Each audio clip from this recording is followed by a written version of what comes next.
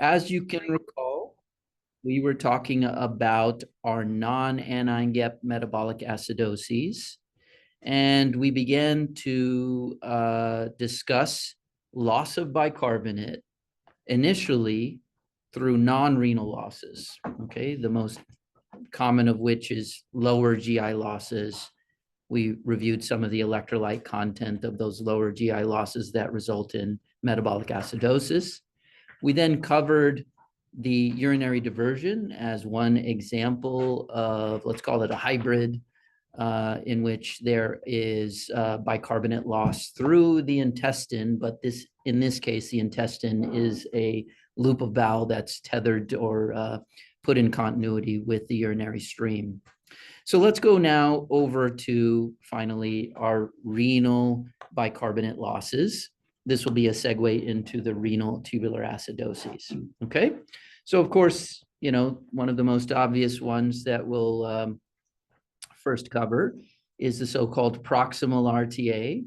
I will say that, renal physiologists do not use this numbering system, but, the numbering system is out there. So we do need to have familiarity with it, but it's more important to know what is the mechanistic cause of renal tubular acidosis. Again, proximal problem with bicarbonate reclamation, for instance. And then as we get to the distal RTAs, instead of calling them, just a type 4 and a type 1, we'll actually ground our conversation around the physiology, okay? But the nomenclature is out there, so we have to at least know the numbers. I would say it's less important, okay? So proximal RTA, or an example of renal bicarbonate loss, we'll talk about proximal RTA here shortly, would be, of course, the carbonic anhydrase inhibitor induced bicarbonate losses. I've already reviewed for you in the past that it's an oversimplification to think of this as a proximal RTA because carbonic anhydrase is required throughout the nephron for intact urine acidification. Let me split my screen once more so we can easily go through the renal transport map during the course of our conversation. Here we go. Yeah. Okay. So we can also envision a form of renal bicarbonate loss when we have a patient who has a primary respiratory alkalosis. The way in which you adapt to a primary respiratory alkalosis is your kidney dumps bicarbonate. So if you were to follow your urinary pH in the first day after you go skiing, Ganesh, who enjoys the skiing, once you go to that higher elevation, you will have that lower oxygen tension, of course. So then your ventilatory drive will be stimulated. You will develop hypocapnia, and then your kidney will sense that drop in PCO2, and then will respond by reducing the proximal reclamation of bicarbonate as well as the distal secretion of protons. Okay. And so you will see in the day after going to that new environment, if you were to check your urinary pH, you will see bicarbonate in the urine and you will see an alkaline urinary pH. Now, once your serum bicarbonate appropriately compensates, and you know what is the appropriate compensation based on some of the published compensatory formula, and that's also summarized here later in this chapter. You will then start to once again conserve the filtered bicarbonate, and your urine pH will no longer be alkaline. Okay, so again, PCO2 goes down, right? Then your kidney starts to reduce the reclamation of bicarbonate in the proximal nephron, as well as the distal nephron. Proton secretion will downregulate. The net effect of that will be initially bicarbonaturia, so HCO3 will be in the urine with a urine pH that is alkaline, right? That will last for those 2 days, right? You have read that it takes roughly 2 days to compensate, after which you will be in a new balance, and my urinary pH would generally be back into the 5 to 6 range, okay? Because I fully compensated, okay? So that's what you would see over the course of a compensatory response to hypocapnia. Let's talk about some other examples of non-GAP metabolic acidosis. Again, renal tubular acidosis will be a whole topic for us. We're sort of building up the momentum to that conversation. Before we get to that, let's do a couple of tidbits of other causes of non-GAP metabolic acidosis. We reviewed this last time. I sort of gave you a brain teaser. I said, hey, you know that when you give a lot of sodium chloride, people get a non-GAP metabolic acidosis. But it turns out that if you give, any crystalloid that does not have base equivalent, such as bicarbonate containing IV fluids, lactated ringers, or acetate, you will get a dilution of your extracellular bicarbonate. So giving even a lot of D5W will actually cause a dilutional acidosis. It doesn't only need to be chloride containing, normal saline, okay? We talked about where I can have gain of acid in which the conjugate base is chloride. We went through some of those examples already, so I won't belabor the point. Examples of this would be the administration of ammonium chloride, which is used in the research setting to incite a non-GAP metabolic acidosis. This can be used to test the kidney's capacity to reduce the urinary pH. For instance, if you're looking to prove somebody has a distal renal tubular acidosis and cannot acidify their urine maximally, you may do that by challenging them with ammonium chloride. The result is, I think we've gone over this biology, but it makes sense to perhaps do it more than once. When you give an individual NH4 plus Cl minus, right, the net charge is 0, what happens is this dissociates. You take the NH4 plus, right, and you metabolize that into amino acids, right? You can make amino acids, or meaning you can package this onto glutamine, right? Glutamate can be converted to glutamine by adding an amino group. You can also take this to the uncharged urea, right? That's the most common nitrogenous waste that you excrete. If you give somebody a nitrogen load, the ultimate fate of that nitrogen load is often urea. So you can see that I'm moving from a charged species to an uncharged species. I have to have stripped that proton off in order for that conversion to occur. This, by the way, is part of the urea cycle, right? This intraconversion between ammonia and urea is the so-called urea cycle. It hijacks amino acids as ammonia carriers in order to proceed through the urea cycle. But I digress. In order to get ammonium into urea, that proton needs to have popped off, right? That proton consumes bicarbonate, right? The net result of which is the formation of H2O plus CO2. So those vanish, right? So what do I see in net? If I give someone ammonium chloride, I basically generate some urea, water, and CO2 while consuming bicarbonate. The net result is a non-GAP metabolic acidosis, okay?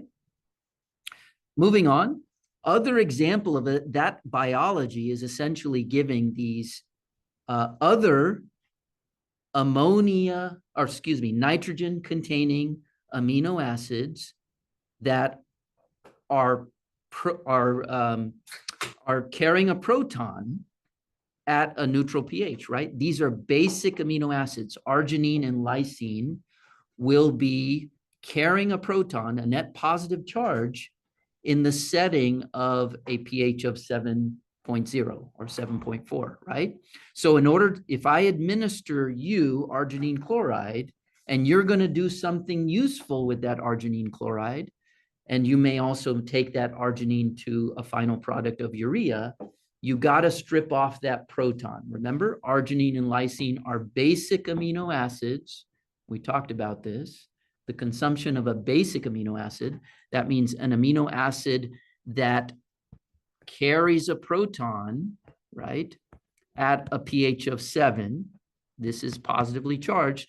In order for me to do something useful with the arginine, one of the first things I need to do is to pop off that proton. The net result of the consumption of basic amino acids metabolically is an acid load. Because animal proteins have more of the arginine, lysine, as well as sulfate containing amino acids, cysteine, methionine, the end product of those sulfur containing amino acids is sulfuric acid. So that's why consumption of animal proteins, because of their richness of these particular amino acids, is a net acid load. We've talked about that. I'll just revisit it quickly. Okay. We talked about this as well. The administration of a sevelamer chloride, which is a resin that is designed to bind phosphorus. As I bind phosphorus, right, sevelamer is positively charged. It carries chloride in order to balance its charge. The net result is hyperchloremia. That tends towards metabolic acidosis. If you believe in Stewart acid base, simply giving someone chloride is an acidifying effect. I briefly teased your brain about Stewart acid base. It's a corner of physiology that not everyone agrees with, so we can talk about it in another arena if any of you want to talk about it. But the net result is of giving sevelamer chloride, a phosphate binder, is for hyperchloremic metabolic acidosis. Remember that sevelamer is able to bind bicarbonate in the gut as well. So I lose bicarbonate in the gut and I gain chloride. The net result is non-GAP metabolic acidosis. You can get this with cholestyramine. I told you I've seen that several times, more than once. Cholestyramine can do it as well. So when it's used in the chronic setting for things like pruritus. All right. And then we talked about this already, so I'll gloss over it. We talked about how ketoacidosis, hippuric acidosis, right? If I hold on, and even lactic acidosis, if I hold on to the conjugate base, that negatively charged species, that's when my anion gap broadens. But everyone, before they get to that extent of disease, the early ketoacidosis patient actually exhibits a non-GAP acidosis first. Why? That's because they're producing a little bit of keto acid and your kidney is dumping the keto acid in the urine.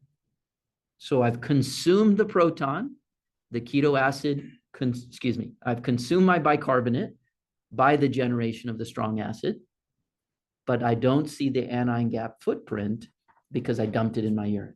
But once I get to severe disease, keto acid generation outstrips renal capacity for elimination, my anion gap broadens out. You have a question?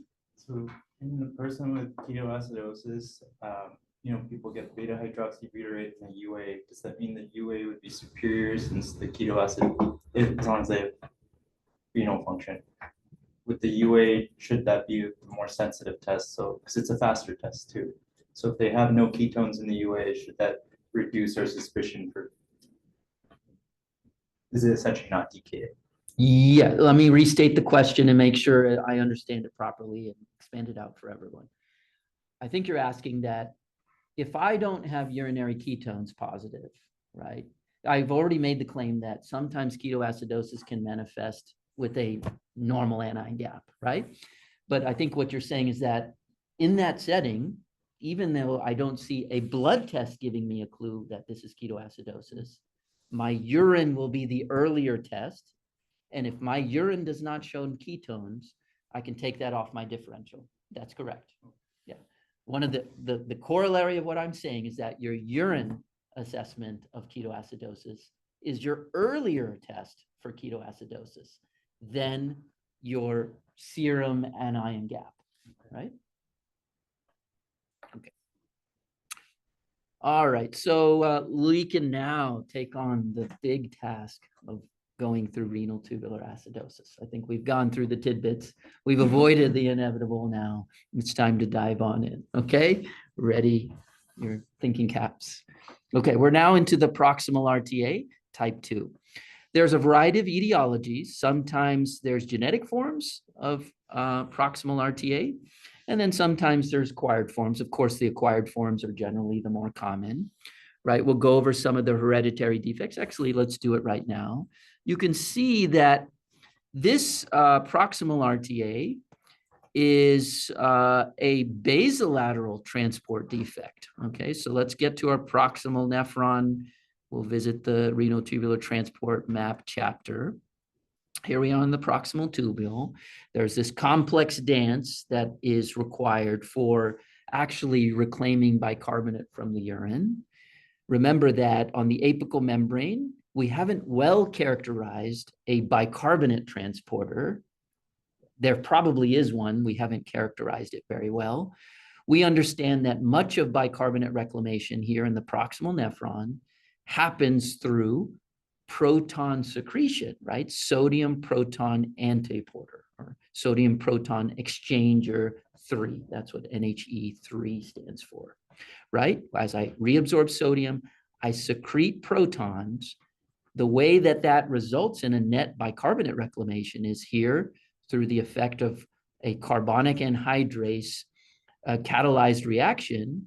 If I secrete a proton and I am able to convert, can combine that proton with bicarbonate into CO2 and water, the CO2 traverses the plasma membrane, and then the reverse reaction can take place.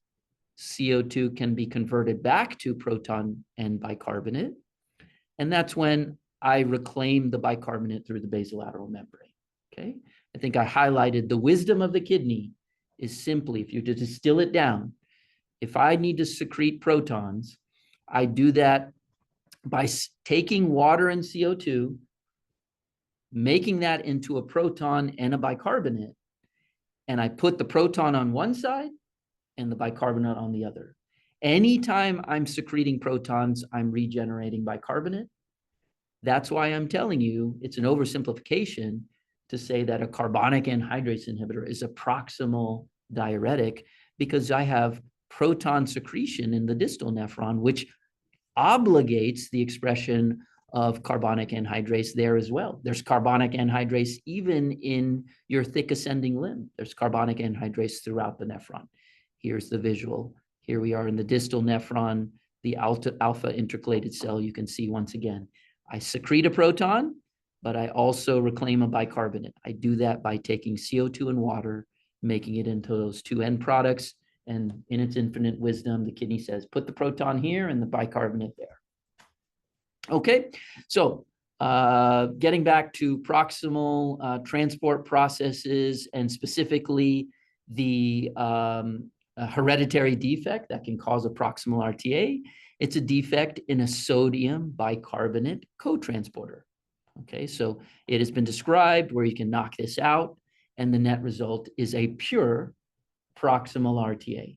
Most of what we see, though, are the acquired forms, the so-called Fanconi syndrome, that that combines the expression of a proximal RTA also with some phosphate wasting, for instance, because I have dysfunction of these sodium phosphate cotransporters in the apical membrane. And then also you'll have some euglycemic glycosuria is another characteristic feature of Fanconi syndrome. Again, I have generalized tubular dysfunction resulting in those clinical manifestations. So getting back, proximal RTA can be a clean basolateral transport defect, a sodium bicarbonate co-transporter, but is more commonly as part of a combination of clinical features, which we summarize as the Fanconi syndrome. There's a variety of factors that are instigators for Fanconi syndrome. I've highlighted several of them here.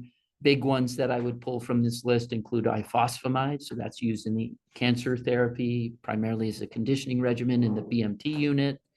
Tenofovir, alafenamide is the more common tenofovir that we prescribe that doesn't have much of a tendency to cause Fanconi's. You can still prescribe, however, tenofovir disoproxil. The trade name is Viried.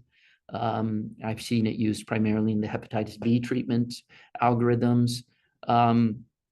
These are still also ones that you'll encounter.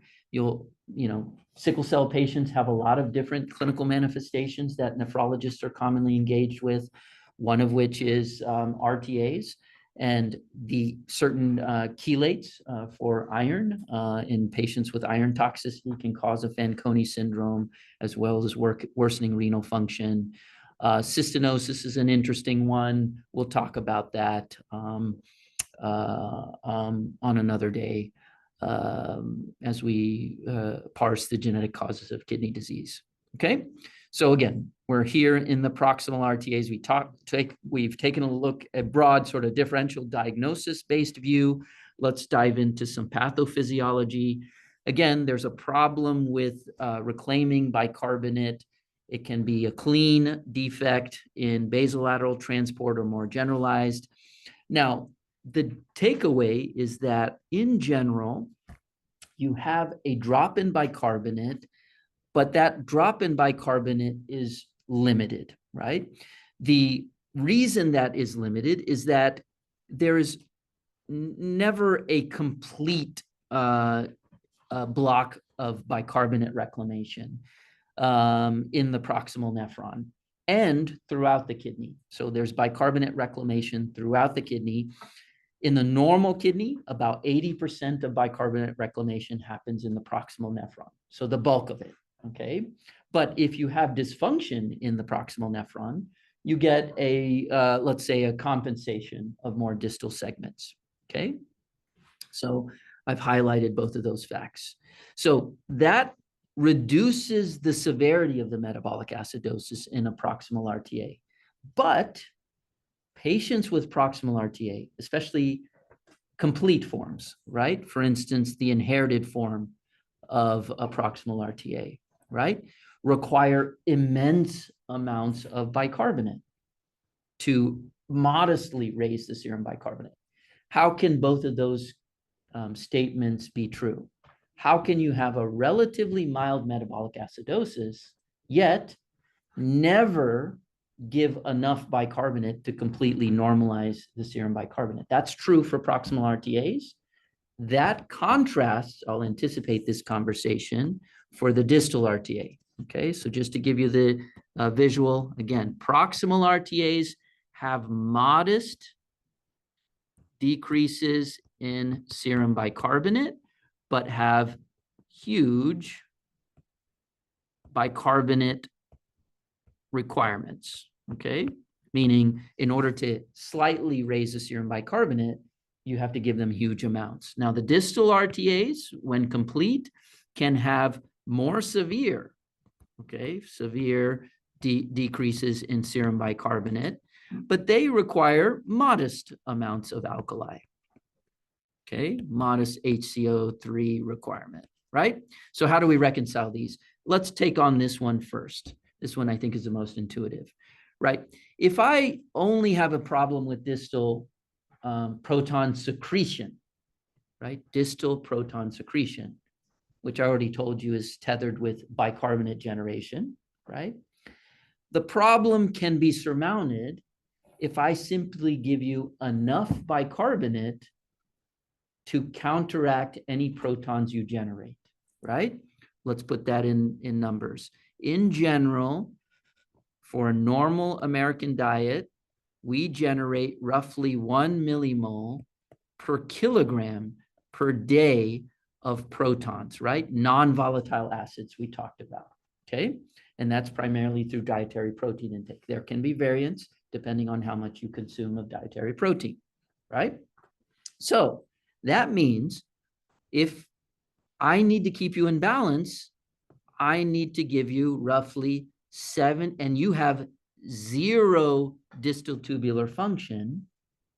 I simply need to give you 70 millimoles per day of bicarbonate to keep you in balance, right? For an average sized person.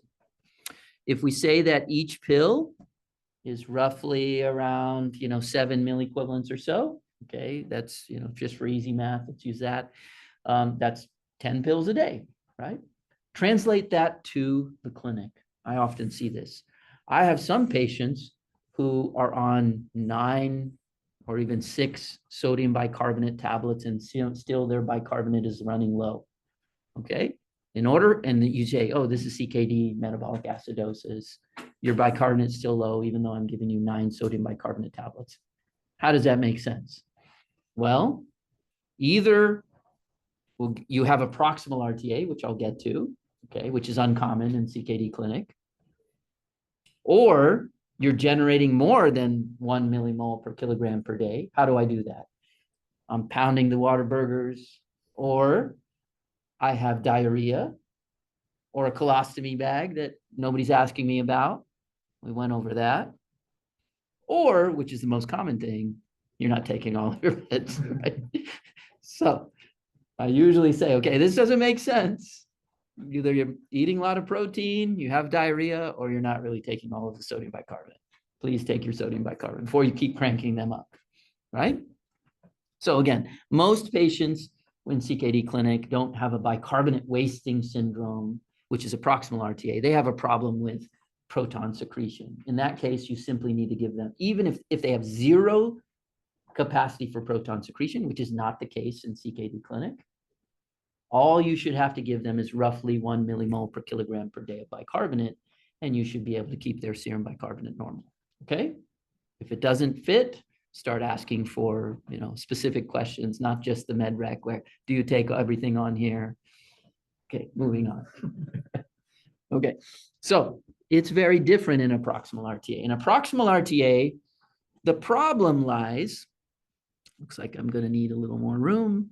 Let's do this, okay? The problem lies in a diseased proximal nephron in which the capacity for bicarbonate reclamation is less than normal, okay? Normally, there's only a modest amount of bicarbonate that leaves the proximal nephron. Remember, I told you roughly 85% of filtered bicarbonate is reabsorbed in the proximal nephron, leaving very little bit of bicarbonate in the more distal segments, okay? So again, I take a serum bicarbonate, right? That's roughly 25. The glomerular filtrate will also have a bicarbonate of roughly 25 because bicarbonate passes right through the glomerular filtration barrier, right? And I progressively reabsorb that bicarbonate throughout the length of the proximal nephron such that I have, some value much less than 5 millimoles per liter or so, right? In my distal proximal tubule, okay? Now, when I have a proximal tubular defect, okay, what happens is what I call tubular threshold, physiologists talk about that as a TM, right? TM, and this will come into relevance when we talk about phosphate. We actually use a tool called TMP, tubular maximum of phosphate reclamation, standardized to your GFR, TMP GFR. We'll talk about that in phosphate homeostasis. But TM refers to my transport maximum, right? My threshold for transport of a particular solute. You can have a TM glucose, tubular maximum for glucose. When you give an SGLT2 inhibitor, you reduce the TM, right? TM means I'm reducing the capacity, the maximal transport capacity of this segment, of this epithelium, by the administration, in this case of an SGLT2 inhibitor. Okay, I reduce the TM for glucose. I reduce the tubular maximum for glucose. Okay, so what happens when I have a proximal RTA is I have a reduced capacity to resorb bicarbonate. Okay, but it's not a zero capacity. Okay, and so what happens is as you give a patient, so when you leave this patient alone, okay, let's go through that. I lose bicarbonate in my urine, right? Bicarbonate is leaving the patient. And so my serum bicarbonate drops from 25 down to, let's say, 24. I still lose bicarbonate. It drops. But at some point, I reach a bicarbonate concentration that this proximal nephron can handle. It's not exceeding the tubular maximum anymore. And so once I get to this new steady state and my diseased proximal nephron can handle a glomerular filtrate bicarbonate of around 20 and still achieve a low bicarbonate concentration by the end, at that point, my urine bicarbonate is no longer detectable. Okay, so a proximal RTA patient, if you checked their urine pH, unperturbed, while they're here with a serum bicarbonate of 20, their urine pH will be 5 or 6. Okay, however, when you start giving them sodium bicarbonate to try and normalize their serum bicarbonate, you will never normalize their serum bicarbonate. The bicarbonate concentration will slightly rise. When it slightly rises, I now have exceeded my tubular maximum. I exhibit bicarbonaturia at that point. My urine pH goes to 7 to 8. And I start to waste that bicarbonate that I'm giving rather than retain it. Okay, the distal RTA doesn't do that. And because you have such an immense capacity, if you do the math, you're filtering roughly 4,000 or so millimoles per day of bicarbonate. Okay, that number can be arrived at by taking 120 mils per minute, converting that into liters per day, which I've done enough to say is 170 or so liters per day. Multiply that times 25 millimoles per liter, and you'll get this much bicarbonate that your proximal nephron is handling in a day, right? That's why I'm saying if you have problems with reclamation of even a small percentage of that 4,000, right, then you're going to have bicarbonaturia, right? You can never normalize a complete proximal RTA. Okay. All right. Questions about that concept? Okay. Let's see if we can then march through some of these clinical factors as well as pathophysiology, right? We said Fanconi syndrome often has some other evidence of transport defects, the classic being glucosuria phosphaturia. Occasionally we're doing measurement of amino aciduria, however, that's a special test, right? And I mentioned prior to treatment, I have a relatively modestly depressed serum bicarbonate. And in the untreated patient, I have a urine pH that's relatively acidic, right? And you would maybe falsely conclude, hey, there's no RTA here, right? How can there be one if my urine pH is not alkaline, right? And then in this case,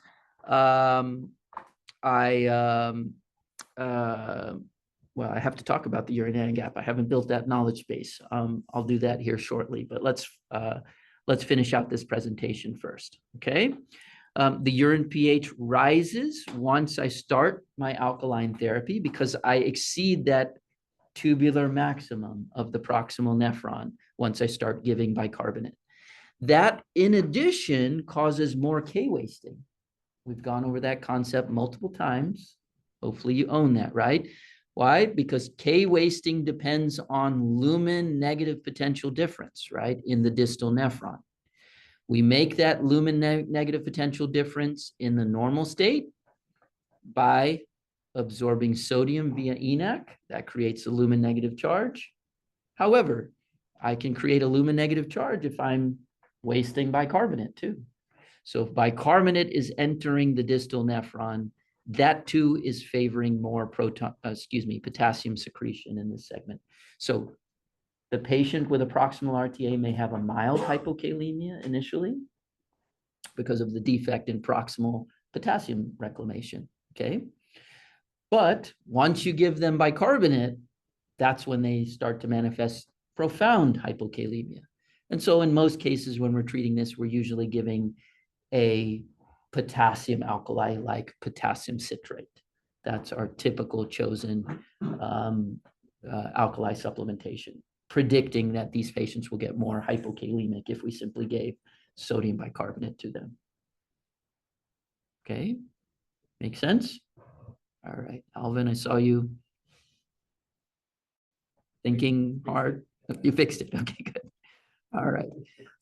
All right. Okay, so I've made the point of enhanced K wasting. And then the formal way that you make this diagnosis is you give a little bicarbonate. You give bicarbonate, a little bit of bicarbonate, right? You shouldn't, if I gave you bicarbonate with a normal serum bicarbonate, you will exhibit bicarbonaturia with a high fractional excretion of bicarbonate.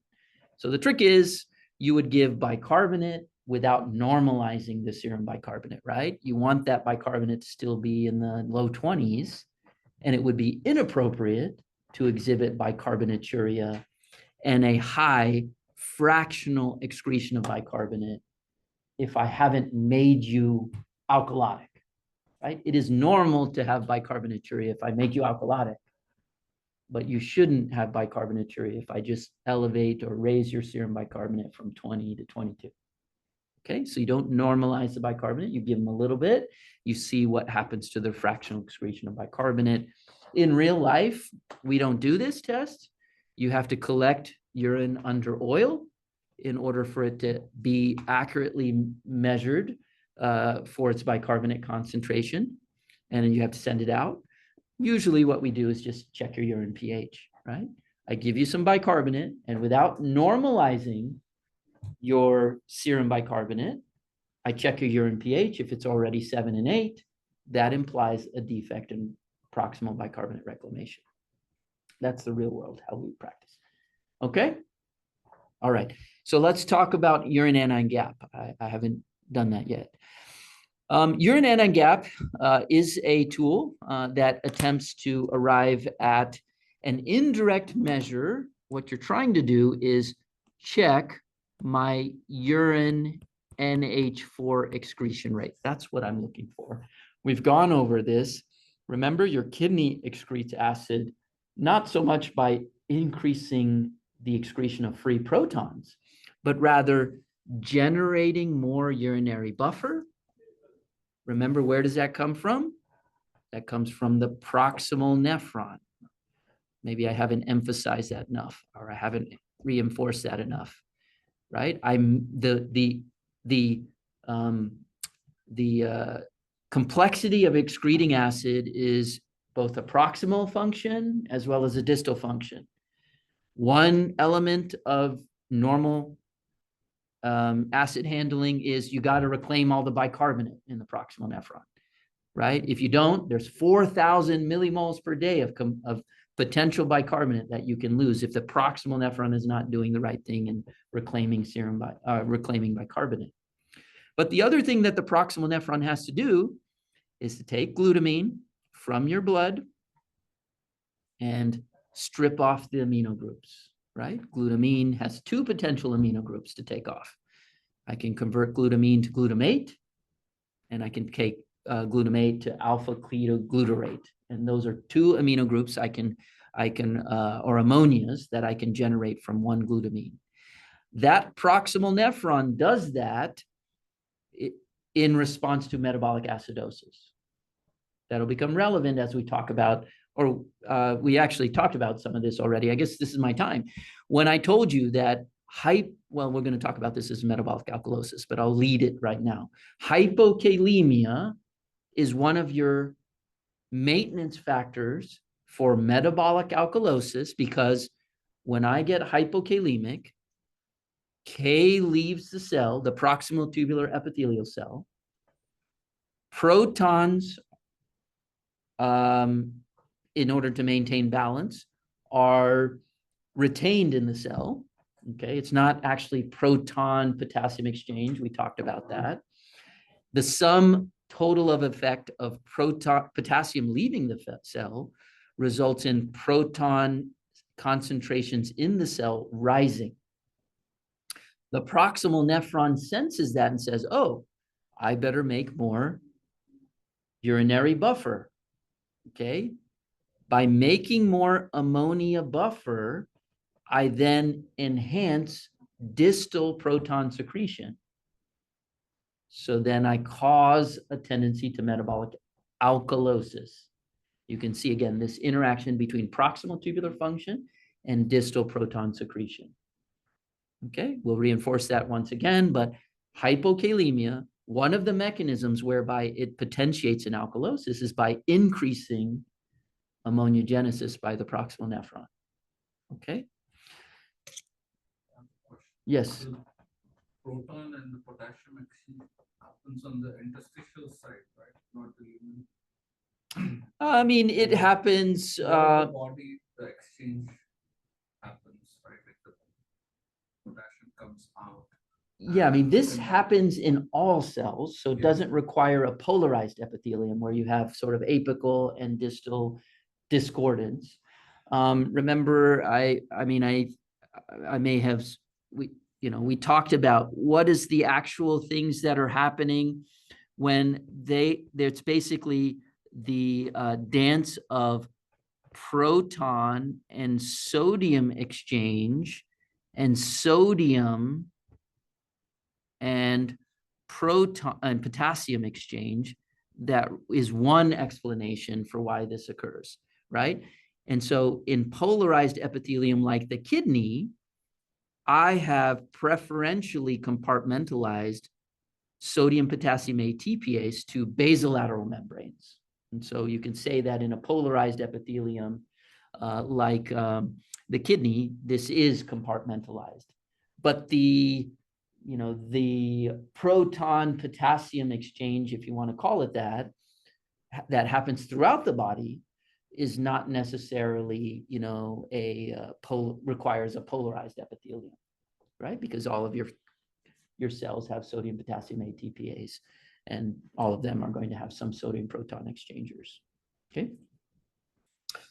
And then there's also even other transporters that haven't been invoked in order to make this make sense as well. Potassium chloride exchangers, potassium bicarbonate exchangers are other sort of parts of this net dance that one can see. Okay. All right. So where was I? Let's see if I can get back on track, find my thoughts. We were talking about urine anion gap.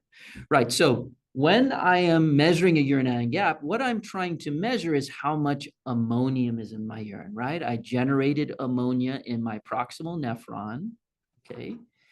And then I trapped protons in my distal nephron by that urinary buffer ammonia. Okay, here we are in the alpha intercalated cell. Again, I'm secreting protons through proton transporters, and I'm picking up these protons through the ammonia, trapping that proton in the form of ammonia. Okay.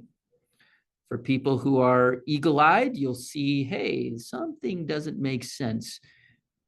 Dr. Sam is trying to pull a fast one on me, because in actuality, I'm not generating ammonia, I'm generating ammonium.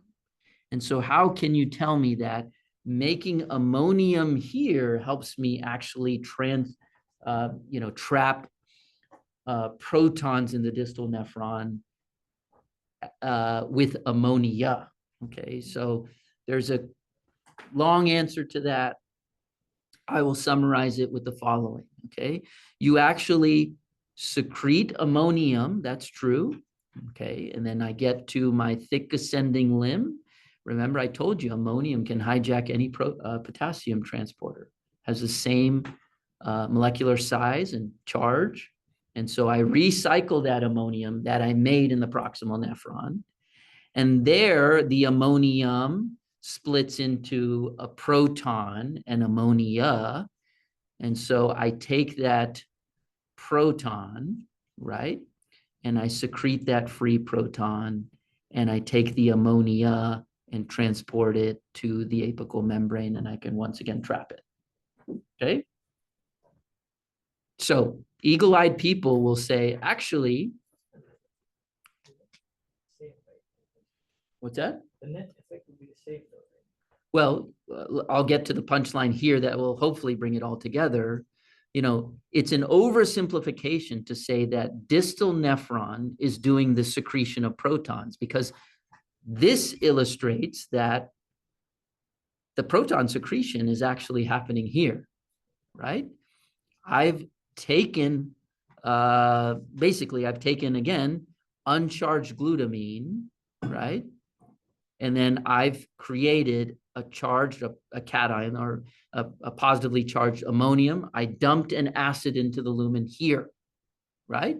And I made bicarbonate and I put it back in circulation, right? So again, you can see that the proton secretion is actually happening here in the proximal nephron.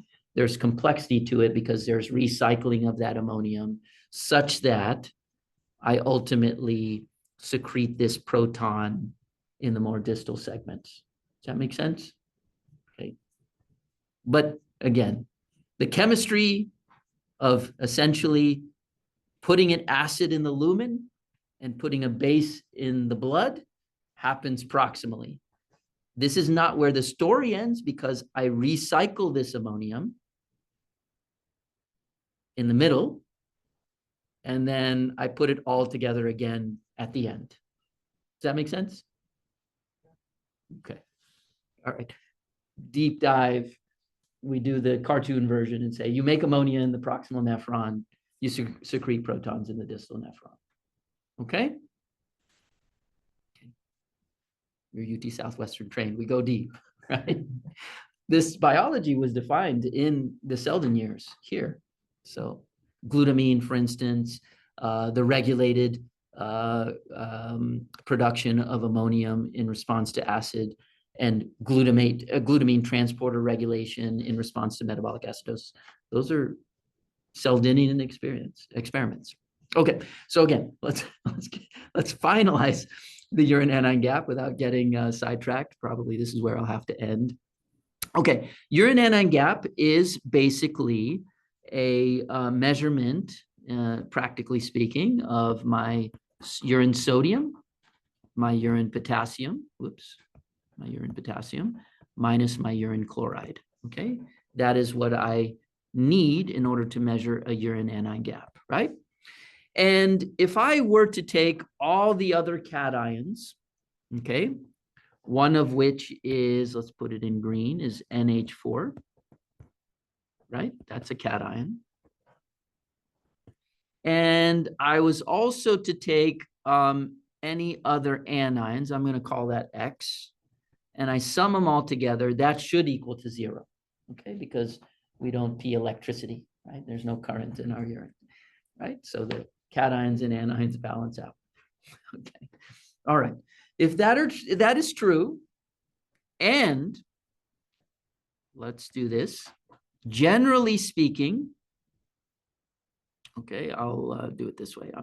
Okay, this is 0, right? We don't have many other anions in my urine. For instance, in the resting state, I don't have bicarbonate in my urine, right?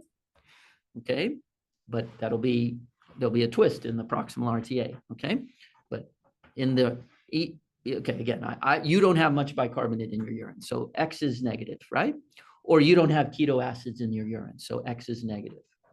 But I'm anticipating some of the tweaks, right? Sometimes you do have keto acids in the urine, and it can throw off my urine anion gap is what I'm anticipating. But again, if you don't have anions in your urine, like bicarbonate or keto acids or even lactic acid, right, or lactate in my urine, then this number is essentially 0, right? Then the difference between this and this tells me how much ammonium is in the urine, okay? So generally speaking, let's put some numbers to this. Let's say my urine sodium is 100, my urine potassium is, let's say, 50, and my urine chloride, let's say, is 100, let's say is 200. What that tells me is that there is about per liter, there's about 50 milliequivalents of ammonium in my urine per liter, right? So I would see a negative urine anion gap, right? 150 minus 200 is minus 50. A negative urine anion gap tells me there's ammonium in my urine. That's a good thing if I'm acidotic. I should have ammonium in my urine. So once again, negative urine anion gap means ammonium excretion is intact. There supposedly is not an RTA here. Okay? Everybody get that? Negative urine anion gap is evidence of ammonium excretion. All right. Now, this is not a a pregnancy test. That's a favorite line from Orson, right? It's not. So if I have a -1, you might anticipate, well, that's not normal if you have a metabolic acidosis to only have a little bit of ammonium in your urine. So this is not a, even though the medical school interpretation is urine anion gap positive, negative, it's not. It's not a binary test, right? You have to know the magnitude, not just whether it's positive or negative. Everybody get that? Okay. All right. So now let's go through some curveballs. Let's suppose, remember I told you, proximal RTA patient has no bicarbonate in the urine. Why? Because they haven't exceeded their tubular maximum. Their tubular maximum is less than normal, but when the serum bicarbonate is low, right? I'll do the image again, right? I filter bicarbonate. When my bicarbonate is 25, right? Sorry for the poor handwriting. My tubular maximum is exceeded and I have bicarbonate wasting, right? But in the untreated proximal RTA, my bicarbonate dropped and I'm not exceeding this abnormal TM. I have no bicarbonate in my urine. X is 0. However, once you start treating this patient, right, with a little bit of base, X is non-zero. Okay, and now you can see that chloride is not the only anion that's balancing out this surplus of cations. So you may incorrectly assume then that the ammonium excretion rate is insufficient by having a positive urine anion gap. Okay? Let's go through a more common example.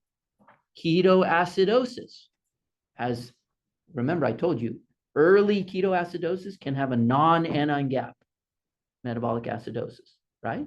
So their bicarbonate is low. Their anion gap is narrow. Naveen told us UA shows beta hydroxybutyrate in the urine or acetoacetate in the urine, right? Okay. And so there are anions in the urine, right? This patient has metabolic acidosis. So what is the kidney doing? It's doing the right thing. It's saying, I better pump out more ammonium to handle this acid load, keto acid. Okay. But because there's keto acids in the urine, a non-zero X, I have a urine anion gap that's either less negative or even frankly positive, even though my kidney's cranking out ammonium. We good? Okay, see nods, but they're not large amplitudes. So I just want to make sure we're all on the same page. We'll probably end it there. Okay. And I'll just give you the teaser. Urine osmolar gap is your go-to to avoid that incorrect conclusion. Urine osmolar gap has superiority over urine anion gap for this particular confounder. However, you know, if you are on an SGLT2 inhibitor or you have glycosuria, meaning uncontrolled diabetic or SGLT2 inhibitor use, you can't really practically measure a urine osmolar gap in our system. Maybe you can in Mayo because, you know, they'll do it on site there, a urine glucose, give it to you in, you know, millimoles or milligrams per deciliter. But here, if you send a urine glucose, you'll get a dipstick, 3+. Okay? That's what you'll get. You won't get an actual value. Okay. One thing that Mayo has over us for the candidates, real-time glucose checking. All right, I'll end it there.